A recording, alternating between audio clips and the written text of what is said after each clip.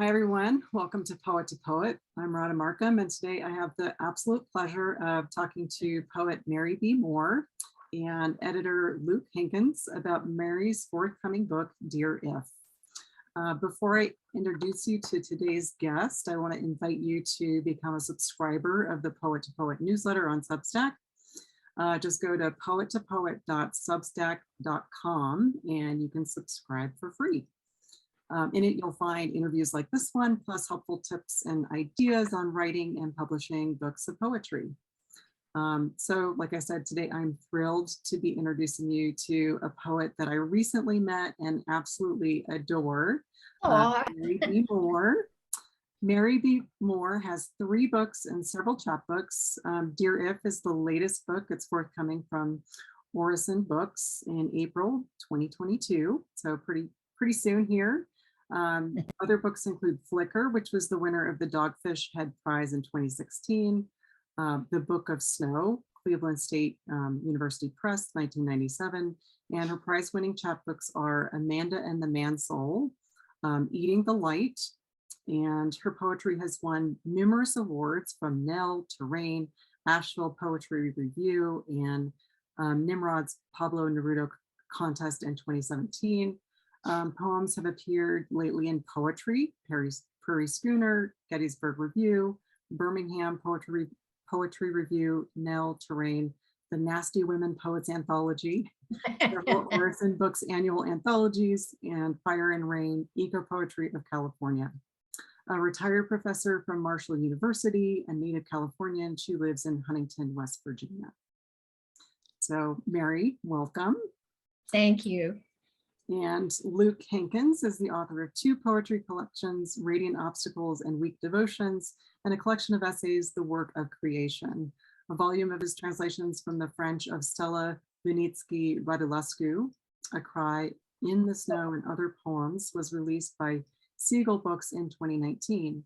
Hankins is a founder and editor of Orison Books, a nonprofit literary press focused on the life of the spirit from a broad and inclusive range of perspectives. So welcome to Poet. Thank you for having us.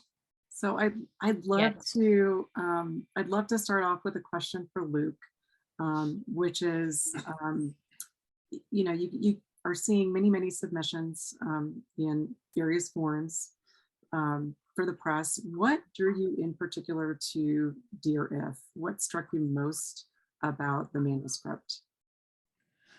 Well, Mary, I've long been a big admirer of Mary's poetry, which is just lush and sonically dense in a way that is really unusual these days, reminiscent of some of my favorite poets who are really deeply invested in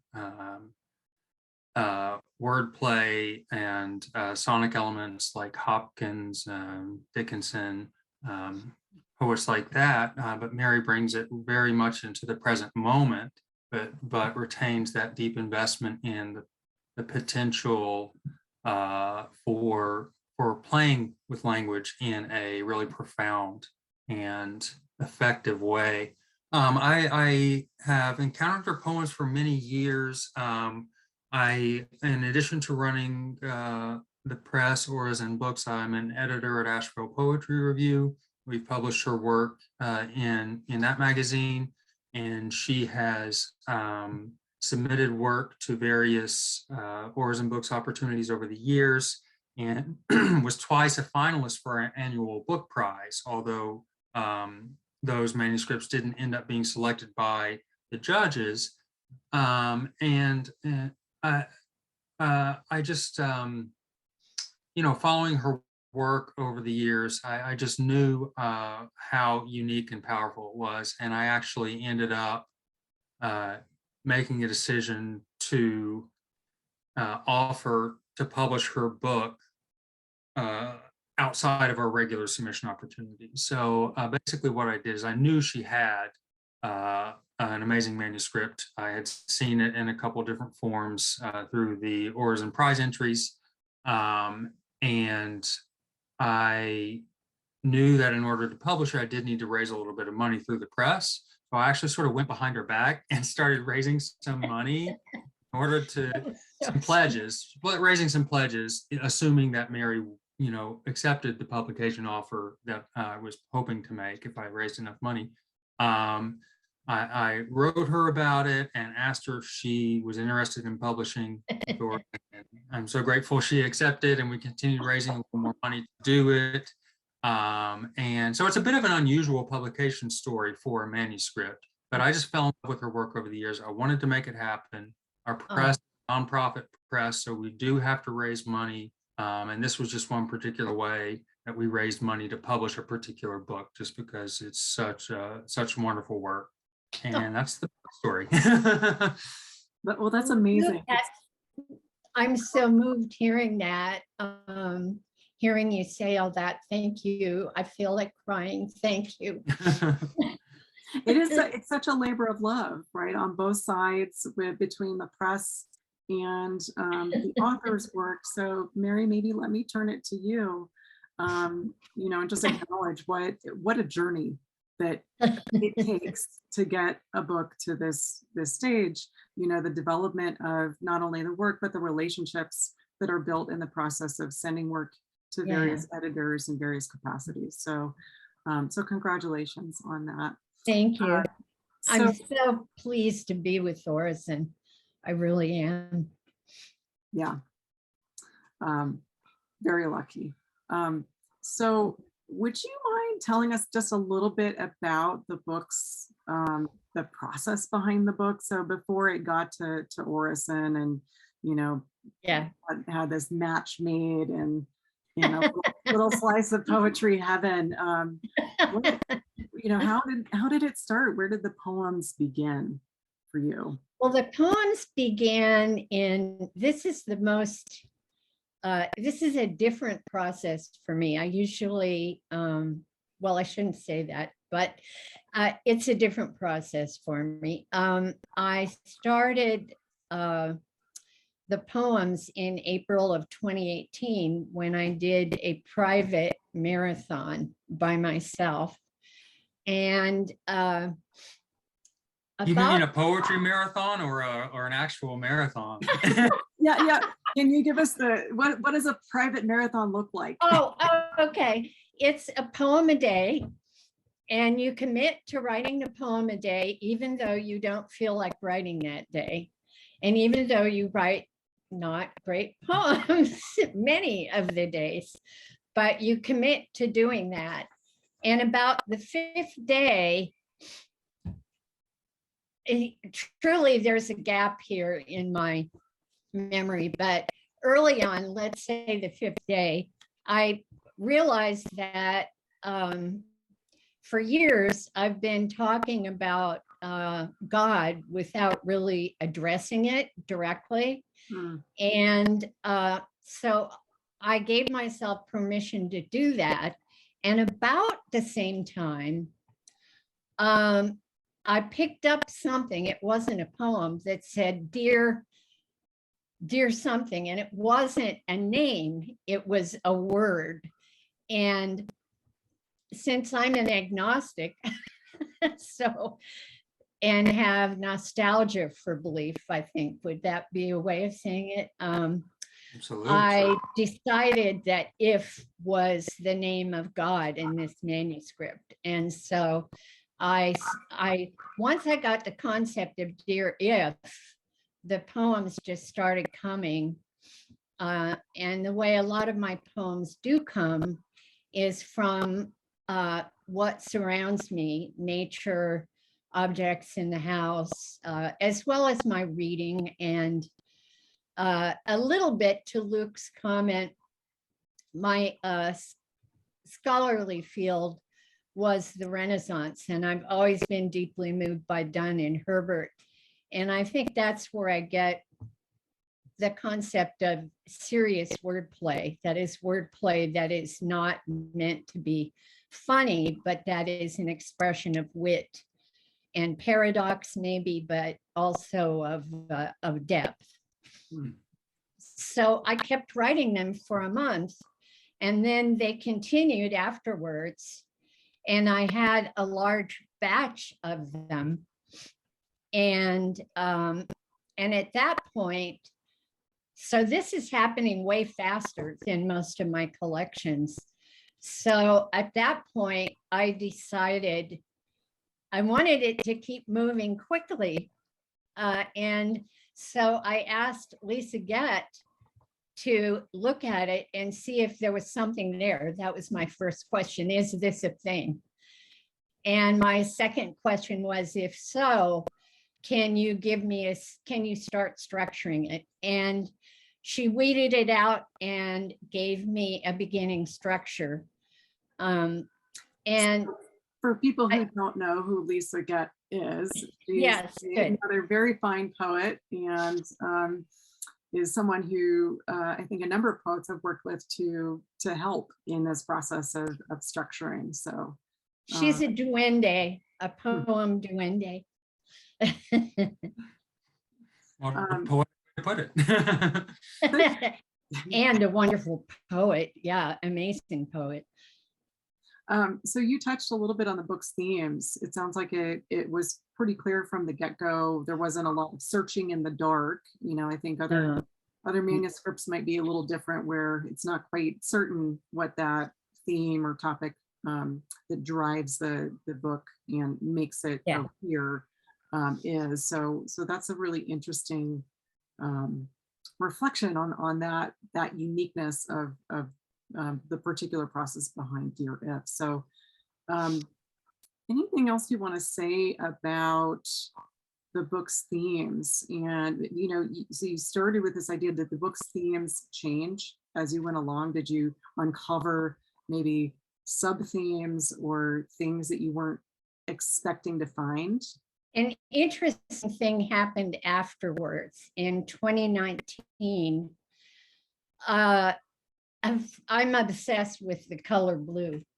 And I have always attributed it to my childhood love of the Virgin Mary, who always appears traditionally in a sky blue cloak. And so I started thinking, why don't I write about Mary?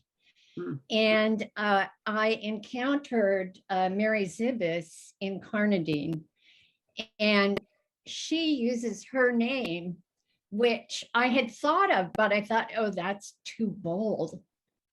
But she did it, so then I did it. And so that gave me an entree into two longish poems about Mary. And what else? I moved some poems around, and then when it got to Luke, we did some moving around. Luke's very good at structuring manuscripts, I think. And so we did some moving around. We added some poems, we removed some poems, but we had that solid structure to start with. One thing else I will say is I understand the princess, Lisa, being such a pro, was very able to tell me what she was doing with the structure. And the way I had it originally structured, so there was a sort of structure before I sent it to her, it plunged right into these theological questions. And Lisa said, no, your reader needs to have a sense of you first, of the speaker. And so Lisa put some poems near the beginning that are more personal and that situate me in place and with the Catholic background, as well as the later agnosticism. And there's something else important to say, but it's skipping my mind. So.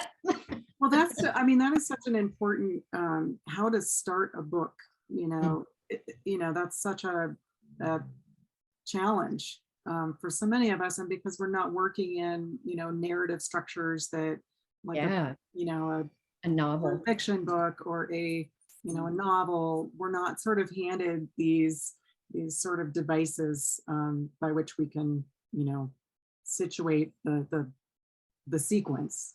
So, but nevertheless, I mean, I hear in that approach that there actually is sort of a leaning into something you would do in a book of fiction or a book of nonfiction, a memoir. Exactly. Yeah. Situate the reader and help them to enter into the larger themes and topics of the book through a very, close sense, I want to say even intimate sense of that speaker, maybe not you as the poet necessarily, but the speaker that's representative of the poet in the book. I felt that really strongly. Sorry.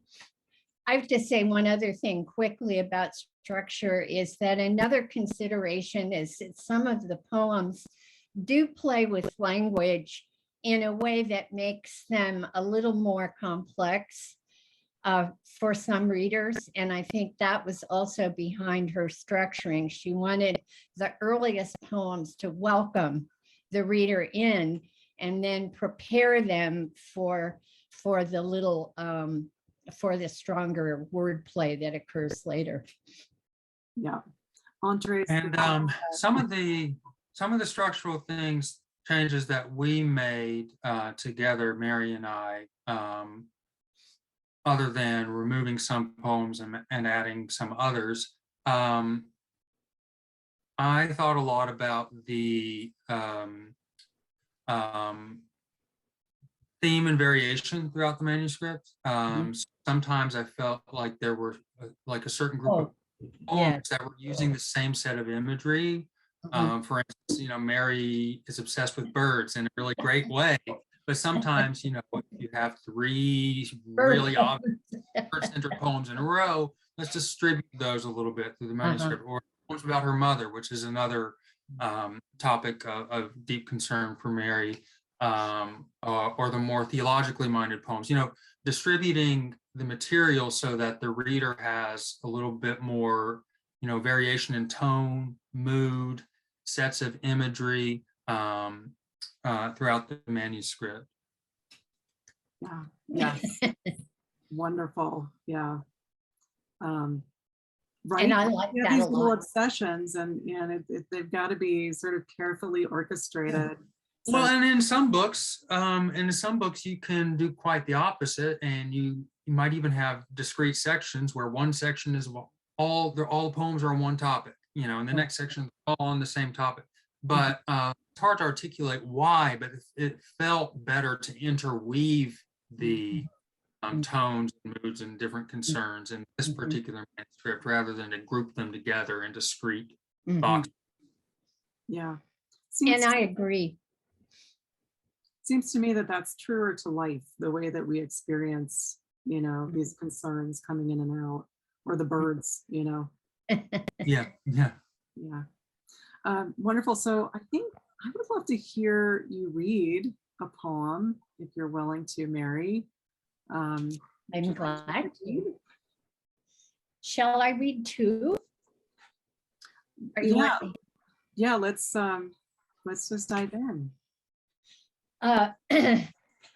This one is, they're both oddly near the later part of the manuscript. This one, Not Understanding But Bearing, is about the death of one of my very oldest friends. And I was not present for that death. Not understanding but bearing. One approach is to practice becoming the thing you aren't. That graveyard column that looks like marble but isn't, which bears only air. A singular ruin and a rule of one. Or take, for contrast, the weightless lei or wraith of Tibetan prayer flags my window holds, paper miniatures, red, green, blue, gold, square wings strung together, each bearing words, petitions. They shush and whisper when I pass, the language of quiescence, diaspora's small vespers, and they wait like a watcher's breathing, silence listens to. Sometimes the temporal bulges, an eminence, and a pressing forward around a ruins column among flags that tremble and pray. And there's breakage. The bare tree limbs on the ridge have fractured sunset, burning wedges, wing-shaped shards. Even breathing breaks the sky. My friend who's dying still breathes, is stirring the prayer flags. The paper lisps a slight sibilance, breath and no breath, breath and no breath. If what makes her survives, it is not the eye, thick, fluted with rain, sun, and the traffic of eyes. It can ride the air, able to bear. Oh, sorry, that's a bad break. It can ride the air, able to bear and break without breaking, burn without burning, even in this room where I hold vigil. Mm. It's like a prayer, you know, it really, it reads in that, that vein. At least that's how I experience it. So beautiful. Lisa Getz says I'm a transcendental agnostic. Well, yeah, I think really that's a good way to put it. The poems are deeply contemplative in a way that the poem is sitting with the grief and absorbing and observing deeply the world around the speaker, around the poet. And that is the pathway to transcendence. It's not some dogma or received religion whole cloth. It is being in the world in a very present and very contemplative way. That is the spiritual practice of these poems, I think. Dear Blur and Dispersal. This is the last poem in the book. The morning view is blur. The mist, Werner's purplish white, or Chagall's bridal veil lavender. Sorry, Radha, are you going to be able to edit this? I hope so. I may not, but you know what? It's perfect as it is. Well, I should have introduced Werner. He is a naturalist in the 18th century who wrote a book called Werner's Nomenclature of Colors, and it appears in several of the poems in the manuscript. And this being the last poem, it seemed appropriate he should reappear. Dear Blur and Dispersal. The morning view is blur, the mist Werner's purplish white, or Chagall's bridal veil lavender.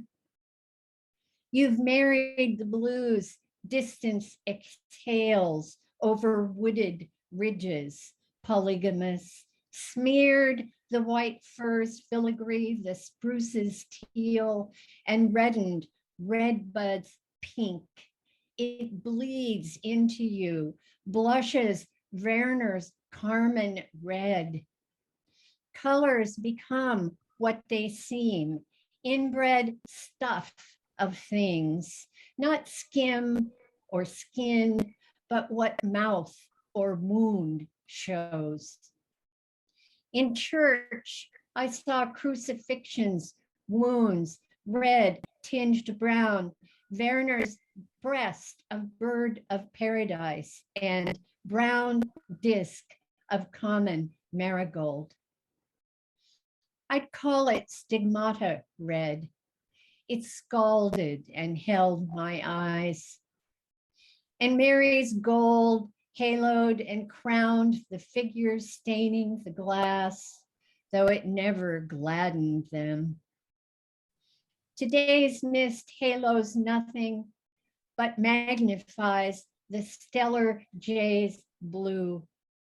He takes off blue into blue, though the air that bears him is almost nothing, like soul, a celestial gossamer we wear inside, the nuns said. I'd like to think its color is lilacs, silvered purple, dawns, little beads of seeing that coalesce like dew, rising from the woods and ridges, dispersing, personless and fragrant, hummus, pin oak, wood rose, musk of summer dawns, earthborn, bridal, here where nothing barren is. Every breath may marry me.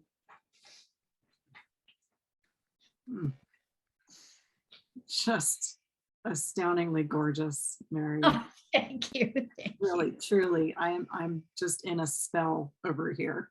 Oh. A spell. So I don't want to, ruin the beautiful silence, and I feel that I already have just by even jumping in, but we'll move along in our interview anyway. So I'm just curious, people have this vision of poets as the solitary creator who goes off and, goes into the woods and creates this thing, and it's a very solo activity. But in fact, as you mentioned earlier, we have a lot of collaborators and you've mentioned some of the influences like the Werner's book and so forth. What would you say, most nourished this work along the way? What supported you in the process? I have a writers group of women, and we don't critique each other. We share our work and we support each other. And it's not that we don't critique, partly because I put together a group of women whose writing we all mutually respect. So we can get by without critiquing and still maintain integrity, if that makes sense. So it's a support group, and we do comment on each other's work, but their responses, oh, like I like this one, oh, that's great, usually it's like that, and you realize that one or two are way better than the others, and so that helps you. But it's also the general support, and what else? Gosh, it feels like so much, and yet right in the process of that month of writing intensely, and then the several years later. Oh, an important help and influence is Frank Piano, another author of Orison. And Frank and I met through a post Luke made on Facebook sharing an early poem of Frank's. And I went, oh my God. And so I wrote Frank and we became friends. And we do read each other's drafts and critique. I have a official critique group here in Huntington, which consists of Art Stringer, a fine poet who should be way better known, and has recently published a lot of books with Salmon.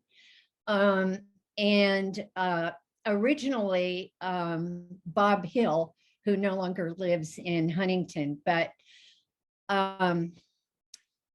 they have been the nitty-gritty critiquers, that help with redundancies and repetitions and stuff like that. And then my reading and my my background in truthfully, in religious poetry. I mean, and poetry of nature, I guess, and nature itself out my window, all around. I'm just so struck by the, I don't know if you were thoughtful in thinking about setting up these different groups and different types of support, to fulfill these different functions, but I'm really struck by how you've created sort of a series of, or a bunch of different touch points with people who you recognize as peers, as people you really respect, who can fulfill various parts of the process of writing a poem, all the way up to that, as you said, the nitty gritty, line by line, granular sorts of editing that we still, need as poets. Oh, and someone important, I won't dwell on this, but Lisa was so supportive after she read that first manuscript. And she's such a powerful writer herself. When she tells you, okay, you've got something, you feel like you've got something. At least I did. So yeah. Wonderful. So any advice for poets who are working on manuscripts? I mean, other than all of the wonderful wisdom that you shared about your own process, is there sort of a kernel of wisdom that you would encourage poets to think about? well, I know one thing that you are interested in this group is the actual organizing. And although I had a lot of help organizing this manuscript, I have a new one, and I like what I did with it, which is both mechanical and intellectual, which is I grouped, how can I say this? I grouped similar poems, and I like to go by image, like Luke was talking about variation, which I like a lot, which had in that manuscript, Dear, a lot to do with image obsessions varying. And what I ended up doing was stacking blocks of poems and connecting them so that the poems lay on the table with this block touching the next block and another block touching there. And those blocks were image similarities. And once I saw how those connected to each other, so I had the whole table covered with these blocks. And of course, there were a few poems that didn't work that way. That really helped me structure this next manuscript, which does, Luke, have that kind of structure of this obsession, then this obsession, and maybe that will change, but that's how it's structured right now. And it was fun to do. Seems like a great way to start, and it's very, I mean, printing them all out, having them in a space, it sort of makes it real in a sense. Because I think my process as a writer, not as an editor, it's much harder to be a self-editor than it is to be an editor for other people. And my process when I'm putting a manuscript together, I normally start with those blocks of similar poems and ultimately try to shuffle them up a little bit, although there's something in me that miss it. So it's hard to find that balance, and it's different for each manuscript. I mean, like I said, there are certain, maybe this new one is one of those, Mary, where they really do benefit from having these sort of discrete sections that have obvious similarities. But my advice to poets putting a manuscript together would be, you may feel like you're done because it can sort of feel exciting to be like, oh my goodness, I have like these blocks of poems that all make sense together. And that can feel like you're done in the initial phase. You're probably not done. Probably not done and I'm just talking about the structure of the manuscript at this point. You may not be done with the poems themselves either, Yeah. but Yeah. organizing the manuscript, your first instinct for how to organize it is rarely the one that's ideal in my experience. You might have that bolt of lightning inspiration and you know exactly how it should be structured. That does happen, sure. But that's the exception to the rule. Be open to feedback, be flexible, get input from writers you trust, and try different configurations, try them out, lay them out, you know, on a table or on the floor, shuffle things around. You can always go back to what you had at first, but experiment, be willing to try breaking those poem blocks up. Yeah, great. Yeah, wonderful advice. It's a whole process in itself, isn't it? Yeah. Just like writing a poem. It is. Well, thank you both so much for sharing your work and your wisdom, and just can't wait to have the actual book in my hand. Being able to hear the poems ahead of the printing is such a gift. So thank you so much for allowing us to do this today. Thank you for having us, Radha. So where can people find you if you want to be found, and where can they buy the book? I'm on Facebook, Mary Barbara Moore. I'm on Twitter, and I'm not sure I remember my thing. I think it's Mary B. Moore Poet or Poetry. And my website is Mary B. Moore Poems or Poetry. Sorry, I should have looked this up. I'll put it in the notes, so don't worry. I'll look it up and sure. We'll put all those details in the show notes. And the book is up. The book is up for pre-order on the Orison Books website. So you can go to orisonbooks.com. There's a bookstore page there, and you can pre-order it. You'll be among the very first people to get the book. Release date is April 5.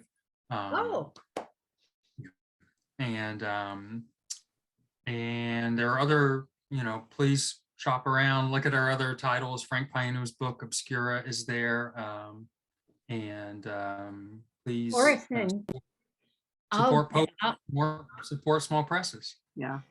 I want to say that I think that, you know, one of the best things that we can do for ourselves to support ourselves in our own work, as well as to support the work of others, is to buy books. It's a beautiful way to support poetry, both yours and everyone else's. So I really, really encourage anyone who's watching to go check out Orison, which has published just some tremendously beautiful books in addition to Mary's forthcoming books. So thanks so much, Radha, for doing this. It's been a delight. And thank you, Luke, for your kind comments. They're not kind, they're just truthful. Thank you. So thank you all for joining us. If you like this interview, please consider sharing it. And if you're not already a subscriber to the newsletter, don't forget to subscribe. And that's at poettopoet.substack.com. Until next time, be well and stay inspired.